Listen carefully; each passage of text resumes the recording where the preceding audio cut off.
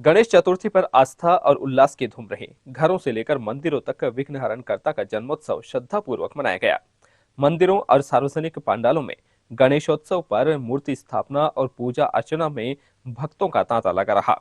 वहीं अनेक स्थानों पर भजन और विभिन्न धार्मिक कार्यक्रमों के आयोजन हुए।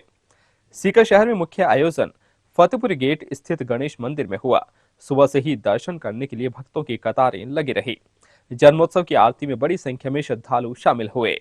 दिन भर गणेश जी के दर्शन करने के लिए हजारों की संख्या में भक्तों जनप्रतिनिधियों की भीड़ लगी रही। दर्शनों के लिए महिला और पुरुषों की दो अलग अलग लाइनें भी लगानी पड़ी। सुरक्षा व्यवस्था के भी कड़े इंतजाम रहे। सीकर के फतेहपुर गेट स्थित गणेश मंदिर में चतुर्थी पर भक्तों की भीड़ लगी रही। मंदिर करीब 250 साल से भी ज्यादा पुराना है। शहर के लोगों और व्यापारियों की गहरी आस्था है। अधिकतर व्यापारी सुबह मंदिर में धूप लगाने के बाद ही अपनी दुकानें खोलते हैं। आज भी करीब लाखों श्रद्धालुओं ने श्री विजय गणेश के दर्शन किए। इस मंदिर की स्थापना की कहानी भी काफी रोचक है। मंदिर के महंतों ने बताया कि 1840 में सीकर के राव राजा देवी सिंह थे। उस समय सीकर से करीब 5 किलोमीटर दूर कासली गांव का राजा पूर्ण सिंह था। राजा को खुद की ताकत पर इतना घमंड था कि वह रोज सीकर की 4 दीवारी में बने नानी गेट पर भाला फेंककर देवी सिंह को युद्ध के लिए कहता था। धीरे धीरे दोनों के बीच लड़ाई बढ़ती गई। ऐसे में राजा देवी सिंह ने कई बार कासली में गोले दागने की कोशिश की। एक बार भी वहां गोला नहीं दागा जा सका।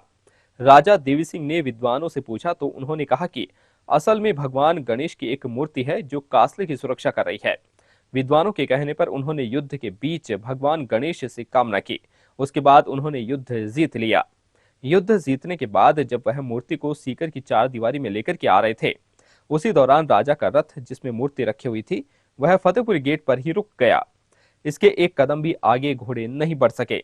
ऐसे में उसी दिन मंदिर की यहाँ पर स्थापना करवा दी गई। तब से इस मंदिर को श्री विजय गणेश के नाम से भी जाना जाता है। मंदिर में लगी भगवान गणेश की मूर्ति चिकनी मिट्टी और गोबर से बनी हुई है। सालों पहले बारिश के दौरान मंदिर पानी में डूब जाता था। इसके बाद भी मूर्ति बिल्कुल भी नहीं गली। बताया जाता है कि मूर्ति कासली से पहले भी सीकर के ही किसी गांव में थी।